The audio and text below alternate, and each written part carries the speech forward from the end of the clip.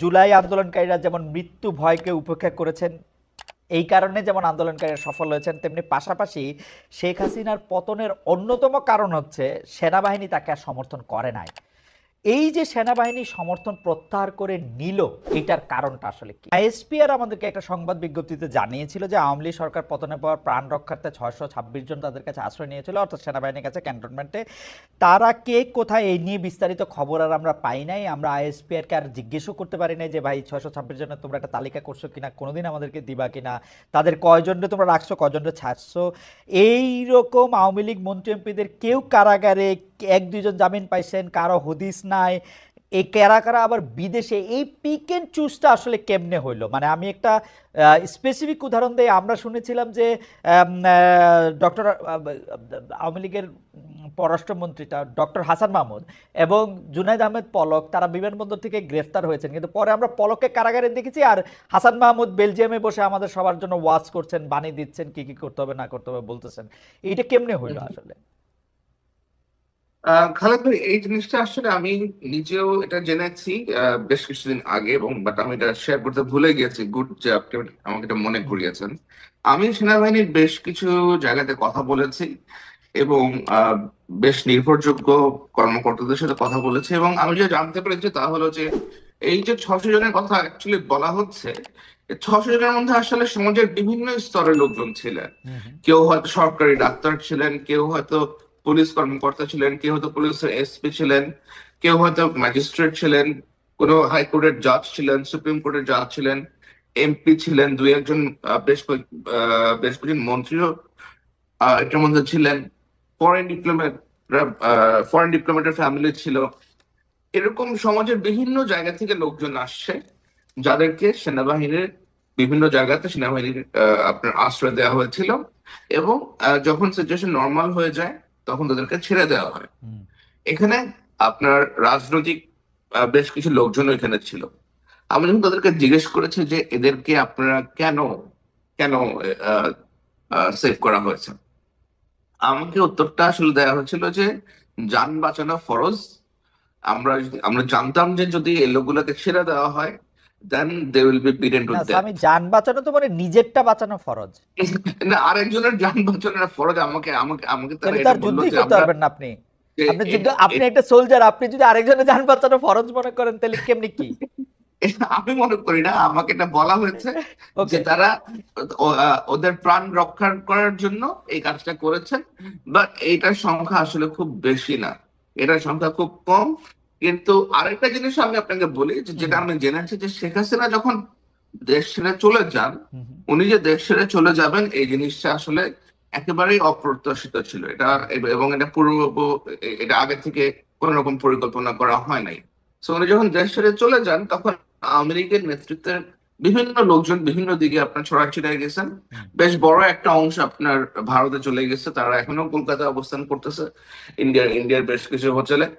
তো সেনাবাহিনী গিয়ে কাউকে পালাতে সাহায্য করছে অথবা পালিয়ে যেতে দিচ্ছে, বিষয়টা আসলে এরকম না যে সেনাবাহিনী ওদেরকে আটকে রাখছিল।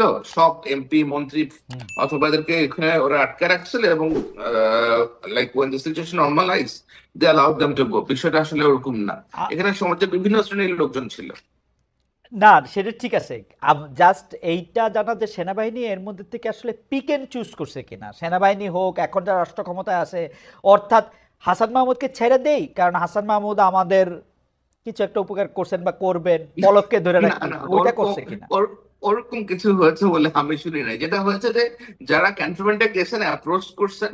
হ্যাঁ ফর এক্সাম্পল, আপনার আত্মীয় স্বজন আছে, আপনি হ্যাঁ হয়তো আর্মিতে চাকরি করেন, হ্যাঁ হ্যাঁ। আপনি ধানমন্ডিতে থাকতেছেন, রাইট। আপনি ওখানে গেছেন যে আমাকে একটু শেল্টার দেন, আপনাদের এখানে আমাদের এখানে অনেক অ্যাটাক হচ্ছে, হ্যাঁ, আপনি তাকে শেল্টার দিয়েছেন। সেটা ফাইন। এরকম আর আমাদের তো এরকম অনেকের আত্মীয় স্বজন থাকে আপনার ঢাকা ওকে শহরে। রাইট।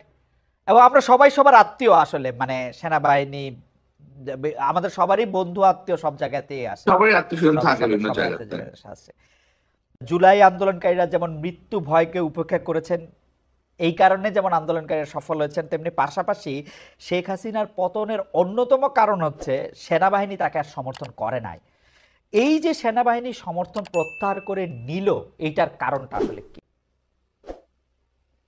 আহ, আসলে বাংলাদেশ সেনাবাহিনীর অনেক সদস্যরাই বহুদিন ধরে শেখ হাসিনার সরকারের এবং শেখ হাসিনার যে প্রতিরক্ষা নীতি, সেটা অলিখিত প্রতিরক্ষা নীতি, যা শেখ হাসিনার একজন আত্মীয় প্রেসিডেন্ট তারেক সিদ্দিকী নিজে নিয়ন্ত্রণ করতেন, তার এগেইনস্টে ছিল। কারণ সেনাবাহিনীতে আসলে যেটা হয়েছে, অনেক অফিসার যারা যথেষ্ট কোয়ালিফাইড, যারা বিভিন্ন দিক থেকে বেশ মেধাবী, চৌকস, এই কর্মকর্তাদেরকে নিগৃহীত করা হয়েছে। এদেরকে বঞ্চিত করা করা হয়েছে পদোন্নতি থেকে, বিভিন্ন রকমের ভালো ভালো অ্যাপয়েন্টমেন্ট থেকে, এবং বেছে বেছে এমন কর্মকর্তাদেরকে নেওয়া হয়েছে যারা ধরেন আপনার কখনোই হয়তো জেনারেল, মেজর জেনারেল হওয়ার প্রশ্নই উঠতো না একটা সময়। সো, এবং আপনার বিডিআর, আপনার বিডিআর হত্যার মতো একটা ইনসিডেন্ট আছে, which still remains unsolved।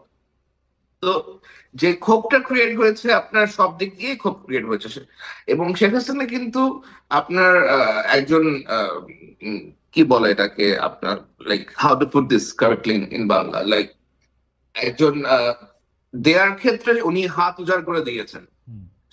সেনাবাহিনীর সদস্যদেরকে বেতন ভাতা বৃদ্ধি বলেন, খানা দানার বিষয় বলেন, অনেক কিছু, অনেক রকমের ফ্যাসিলিটিস, অনেক কিছু উনি করে দিয়েছেন। কিন্তু এতে এতে কিন্তু আসলে কোনো লাভ হয় নাই। হ্যাঁ, উনি হয়তো টানতে পেরেছেন, বাংলাদেশ সেনাবাহিনীর সদস্যদেরকে ড্র্যাগ করতে পেরেছেন একটা নির্দিষ্ট পয়েন্ট পর্যন্ত। কিন্তু যখন পাবলিক এবং স্টুডেন্ট এক হয়ে গেল, সেনাবাহিনীর সদস্যদের তো অলরেডি একটা গ্রাজ ছিল আগে থেকে। So they hmm. Didn't really take her side anymore. এবং এবং মূলত যারা না, সৈনিক, মানে মানে মানে স্যার, আপনি নিশ্চয়ই আমার চেয়ে ভালো জানবেন, কিন্তু আমরা যেখানে দেখতে পাচ্ছিলাম যে শেখ হাসিনা সেনাবাহিনীকে এমন করে তৈরি করতেছেন যে সেইটার অধিনায়কত্বে তারাই যাইতেছেন যারা আসলে খুব তার প্রতি লয়াল। প্রোভেন প্রোভেন তার লয়াল। মানে একদমই, মানে আওয়ামী লীগের মধ্যে অনেকে নৌকা মার্কা না করতে পারেন, সেনাবাহিনীর মধ্যে বেশিরভাগ লোকই নৌকা মার্কা করতে হইতো যারা অধিনায়কত্বে যাইতেছেন তাদের। হ্যাঁ, অবশ্যই, তো অবশ্যই। তো তো সেই জায়গা থেকে তারা এটা কিভাবে ভাবলেন? আপনি বিডিআর কথা বলতেছিলেন, কিন্তু বিডিআর তো 2009, এটা তো 2024, মানে 15 বছরে তো উপরের দিকে লিডারশিপে অনেক পরিবর্তন হয়েছে, মানে বেশিরভাগ জনকে আসলে বাদও দেওয়া হয়েছে অনেক গুরুত্বপূর্ণ জনদের।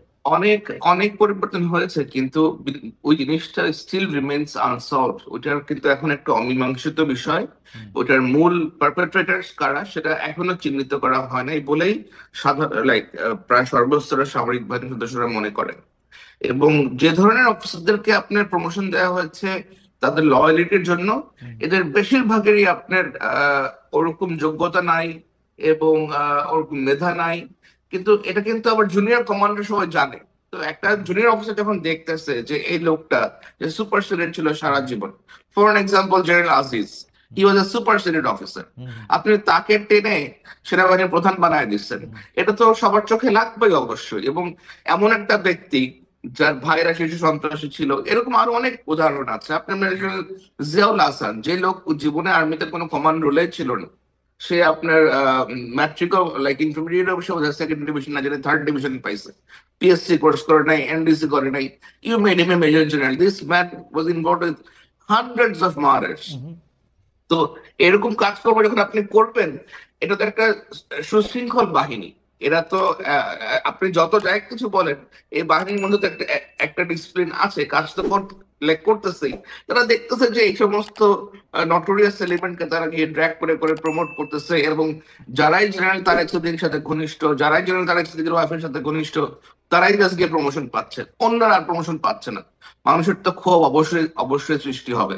আর এবং এই ক্ষোভ যখন আপনার ছাত্র জনতার সাথে একীভূত হয়ে গেছে, দেন অফকোর্স ন্যাচারালি দে স্টেপ না, ডাউন। জুলকারনাইন, আমি যে বিষয়টা জানতে চাচ্ছিলাম যে আমরা কিন্তু শুনে আসতেছিলাম যে ভারতীয়, আহ, আমি খোলাখুলি বলি যে ভারতের যে র, সেই র বাংলাদেশের সেনাবাহিনীর মধ্যে কারা কোন অফিসার, কারা কি করতেছে, কাদেরকে রোল প্লে করতে দেওয়া উচিত না উচিত, এবং ভিতরকার যে বিভিন্ন তথ্য, যে তোমাকে এই তথ্য দিয়ে দিব তার ফলে তুমি আর ব্রিগেডিয়ার থেকে মেজর জেনারেল হইতে পারবা না, মেজর জেনারেল হলে আর লেফটেন্যান্ট জেনারেল হবা না, এই যে এগুলির ব্যাপারে তারা বেশ ভূমিকা রাখছে। তারা তাদের লোকদেরকে এখানে বসাইতেছে। তাহলে হঠাৎ করে আমরা 15 জুলাই, 16 জুলাই, 20 জুলাই মানে আমরা দেখলাম সেনাবাহিনী বলতেছে যে আমরা এদের উপরে গুলি চালাবো না, আমরা দেখতেছি তারা কমান্ড শুনতেছে না, আমরা দেখতেছি তারা শেখ হাসিনার উপরে প্রত্যাহার করতেছে। এটা কেমনে হইলো? তাহলে কি ভারতীয় র বাহিনী কি আর তাদের উপরে প্রভাব সৃষ্টি করতে পারে নাই, বা তাদের বসানো লোকগুলি কি হঠাৎ করে নিষ্ক্রিয় হয়ে গেল সব? না, এখন বাংলাদেশ সেনাবাহিনীর সদস্য সংখ্যা কত? 2,40,000 প্লাস হবে খুব সম্ভবত, আর একটু বেশি হবে। এখন র কতজনকে নিউট্রালাইজ করছে? র হয়তো গিয়ে 50টা কর্নেল সাহেবকে নিউট্রালাইজ করছে, 30টা ব্রিগেডিয়ারকে নিউট্রালাইজ করছে, 100টা মেজরকে নিউট্রালাইজ করছে। কতজন হবে? 500 জন কর্মকর্তা, 1000 জন কর্মকর্তা হবে। Right. 1000 জন এগেইনস্ট আপনার 2,40,000 ইজ ইজ না, নাথিং। আর্মি তো চেইন অফ কমান্ডে চলে, তাই না? মানে চেইন অফ মানে কমান্ডে মানে চললেও মানে র আমরা এরকম শুনছি, র রিপোর্ট না দিলে কেউ ব্রিগেডিয়ারই হইতে পারে না, কর্নেল পর্যন্ত হ্যাঁ, আসসালামু আলাইকুম, ওই লেফটেন্যান্ট জন্য কর্নেল পর্যন্ত আপনাকে একটু আসসালামু আগে আলাইকুম। বললাম যে অফিসার যার প্রমোশনই হওয়ার কথা না, যে সুপারসিডেড, যে আপনার ওমেনাইজিং করে আসছে সারা জীবন, তাকে আপনি বানাই দিচ্ছেন জেনারেল সাহেব। তো ওই এখন তো মেজর সাহেব তো জানে যে এটা একটা ওমেনাইজার, এটা এটা একটা চরিত্রহীন, একটা লম্পট। আমি তোর কমান্ড মানবো না এখন, কারণ আমার আশেপাশের লোকজন আছে, like like I will follow what the public are saying. Okay, কারণ তারা আমার কাছে তারা 20শে জুলাই একটা একটা বেশ বড় লেটার পাঠিয়েছিল ফর প্রেস রিলিজ। আমি জানি না ওটা লাইক আমি দেখছি এটা, রাইট। তো ওইখানে তারা বেশি স্পষ্ট করে কিন্তু তাদের বিষয়গুলো উল্লেখ করে দিয়েছিল যে তারা কেন এই সরকারের আদেশ আর তারা মানবে না।